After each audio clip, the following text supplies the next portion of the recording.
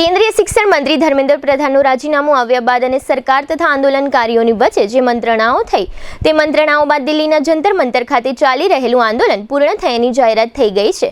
Cockroach જનતા પાર્ટીના રાષ્ટ્રીય પ્રવક્તા આશુતોષ રાંકાએ તમામ પ્રદર્શનકારીઓ અને વિદ્યાર્થીઓને આંદોલન આટોપી લેવા શાંતિપૂર્ણ રીતે પોતપોતાના ઘરે પરત ફરવા માટે અપીલ કરી છે।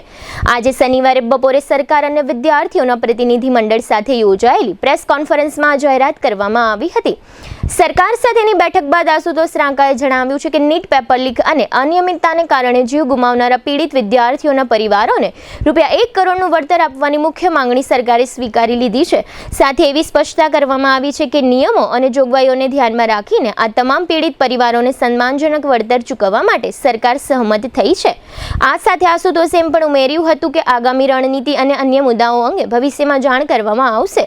કોકરોચ જનતા પાર્ટીના પ્રવક્તા સૌરવ દાસે પણ જણાવ્યું છે કે આંદોલન પાછું ખેંચી લેવામાં આવ્યું છે અને શિક્ષણ પ્રણાલી તથા પરીક્ષા પદ્ધતિમાં વ્યાપક સુધારાઓ લાવવા માટે સરકાર સમક્ષ 5 મુદ્દાઓ સાથેનું માંગપત્રક રજૂ કરવામાં આવ્યું છે।